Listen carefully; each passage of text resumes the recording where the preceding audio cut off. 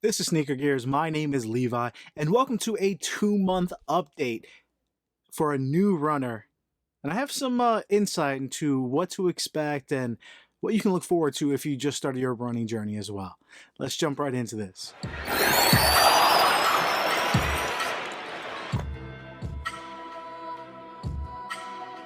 You've been following this channel for Running Gears the last few months.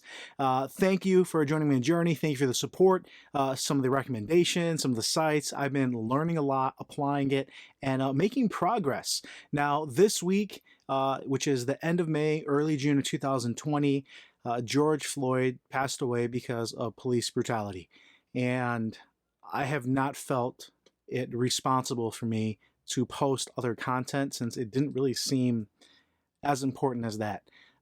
In America, here in the middle of 2020, we are still dealing with a lot of racial issues where there's many segments of society that don't think other people are equal to them, which is sad. It's a shame, but that is our country, and it's up to all of us to make it better. So I haven't posted anything on social media. If you haven't heard from me, part of the reason why talking about shoes, talking about, I have some tech videos coming out, just didn't seem as important. There is a protest going on here in Chicago as well as other parts of the country, as well as there should be. And I'm hoping that all of us, all of the world can come together because no one is better than another person. Work hard, treat each other right, love each other, and you're not better because of your skin or race or anything else. So with that all said, I don't mean to get political or anything of that nature, but that's why this video came out to you a little bit later, and I appreciate you guys understanding and or support on that. So jumping right into 2 months of running. I like to report last week was the first time, 2 months, and I think in my life, I accumulated about 10 miles, just over 10 miles of running in 1 week. Now, many runners are able to do that in a single run, and that's their daily jog. I'm not there yet. I'm just able to conquer that 1 mile thought or challenge where, hey, let's go out for a mile. And in my mind, that's not too bad. It doesn't feel like that's a huge amount anymore, where I can get up to 2, I can get up to 3. So I'm getting that mileage under my belt. And my first point is really that growth is slow. It's okay. Challenge yourself, set your own goals, and don't compete with the person next to you, the person you're following, someone who's used to be athletic. Whatever your progress is, it's your progress. Continue to get better and beat yourself. There's going to be ebbs and flows, ups and downs. I've had weeks where I didn't hit my goals. I've had weeks where I exceeded my goals. But overall, we're trending in a direction where we're getting healthier and we're improving that aerobic fitness. So don't beat yourself up. Set some goals. Make those milestones. Get out there and get the miles under your belt. The second really important thing that I found is just your quality of life improves. When my family wants to go for a walk here as the weather is warming up, I'm less hesitant to say no, or I don't want to, there's other things, or go ahead guys. I'm going with them. And that's because I'm more comfortable. I'm okay where I can enjoy a walk with my family. And not that I was necessarily fat or out of shape, a complete where, man, I can't even go for a walk. But when you work out a couple hours, if you've lifted weights, you've done legs, if you've been playing basketball a few hours, you come home and your family wants to go for a walk, you're tired.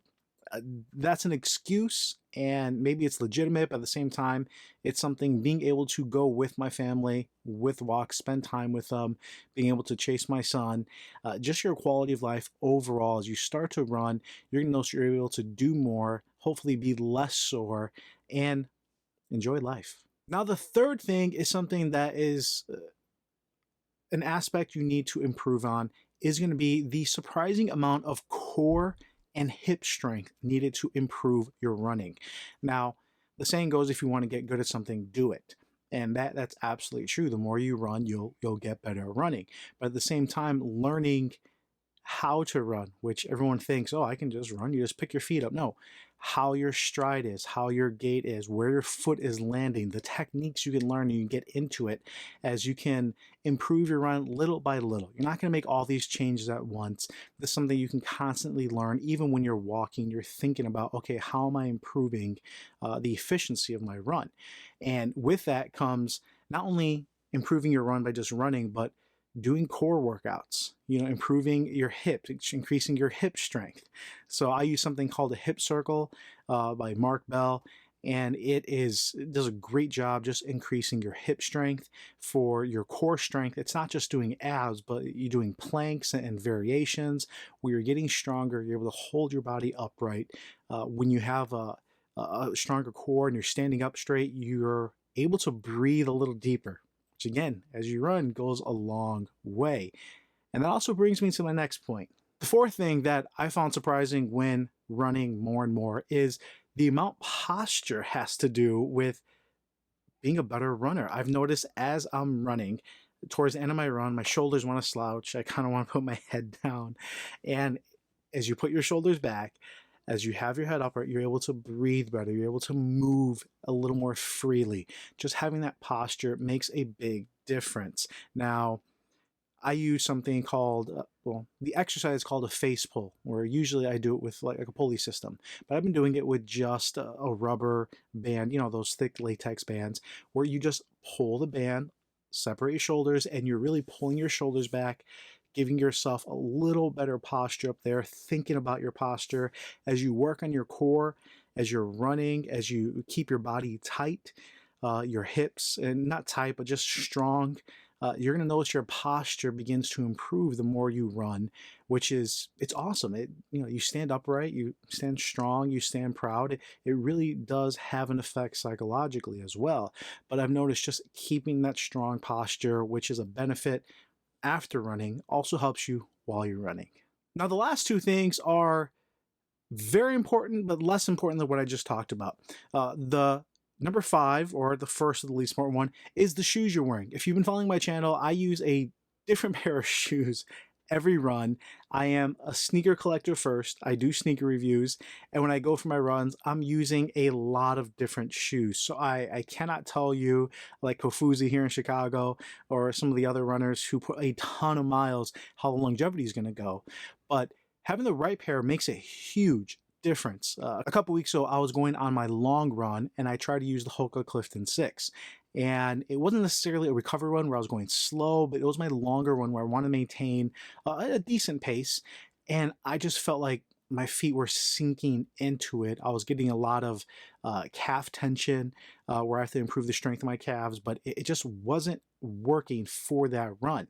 Now, the next week, I learned my lesson. I use those for my recovery run where I'm going at a slower pace, and they were amazing. Now, depending on the runner you are, something like the Hoka Clifton could be too soft, or it could be perfect. I'm believing the run, Thomas loves his Cliftons for his everyday runs.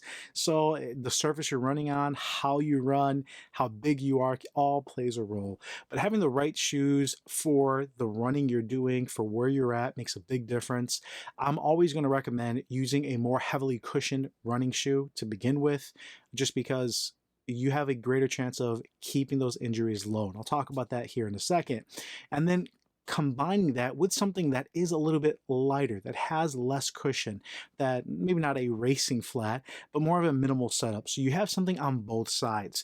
In the weightlifting world, it's akin to going, really heavy and having low reps, or you're doing something that's a lot lighter, but you're doing higher volume, doing a lot of reps. And that's kind of how it feels on your foot. You have something with a lot of cushion, where it puts a little less pressure on your body. But when you have something that's a lot less cushion, that also does force you to kind of have a better gait, to have your body absorb that impact a little better, where you're working out different muscles. So I'm going to tell you guys, have 2 pairs and just keep them separate on that cushion scale and whatever that scale is for your body type. Now, the last really important thing is just the recovery time. This is something that I have taken for granted, as well as not been as proactive. So before and after the run, what I have done, and I'll let you guys know, my first week, I actually was doing a lot of ibuprofen and icing. And I was only able to run once every 3 days. One day, 2 days off, one day. Currently, I'm able to run either 4 to 6 days a week, and I feel a lot better. And that's simply as you put the miles in, your body adjusts, your feet, your ligaments, the muscles do get used to it. So I can see how all these runners can put in, 50 miles a week, 100 miles a week, and their body gets used to it, but you work your way up to that. It's something you don't want to just jump right in head first, and that's how you get injured. So building that miles slowly. Second, I stopped icing and using ibuprofen because something Kelly Starrett said. If you follow him, I'll put a link below to his channel. He was saying when you have swelling, the blood is rushing to that area. It's helping your body recover. So icing it is reducing that blood flow. Let your body recover. Let it heal. It's okay. If you're sore, that is your body talking to you. It doesn't mean keep going. Now, there's certain times you absolutely do want to keep going. There's certain instances you just need to listen to your body and know how much you can push yourself. But especially as a beginning runner, I don't have a race. This isn't for my life or something of that nature. So I'm gonna take it easy and push it as much as I can, but listen to my body. Now, going along with, I stopped icing and taking ibuprofen, I actually started to use something from the company Hyperice called the Hypervolt. It's simply a percussion massage gun, which you can find a lot of companies doing that for a huge price range from 50 bucks all the way to like $500. But something like that I do a lot before the run, where it just loosens up my muscles, increases the blood flow, and really does an amazing job, all while making me feel a little bit more comfortable. You can get like a lacrosse ball and massage your foot. You can get a foam roller and lean on that and do different things. There's all these different gadgets, but having that massage gun allows me to really just sit down, move my legs around, and do it quickly, comfortably, and get the same effect. Now, after the run, something I started doing more recently is actually foam rolling. And foam rolling is something I hate doing, but it is amazing. It's not comfortable. You're not in a great position.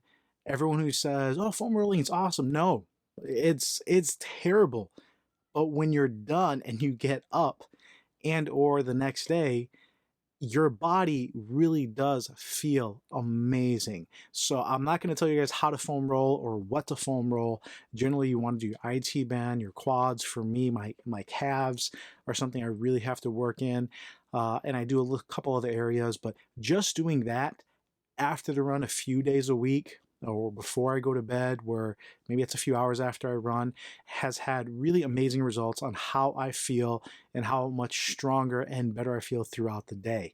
So your recovery time and how you take care of your body as you begin to run does have huge repercussions. So take that serious, do your own research. If you have questions below, I'll kind of do my best to help you guys out from what I've learned. And if it helps you, all the better.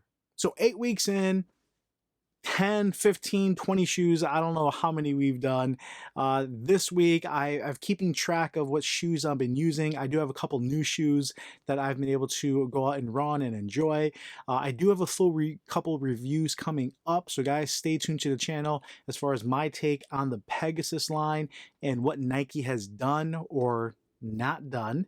As always, if you enjoyed that video, give it a thumbs up. Consider subscribing down below. I'll put some links down as well if you guys are looking for certain things. And put something in the comments. Let me guys know what you think, what questions you have. This is Levi Sneaker Gears. I really appreciate you guys, and I'll come at you later.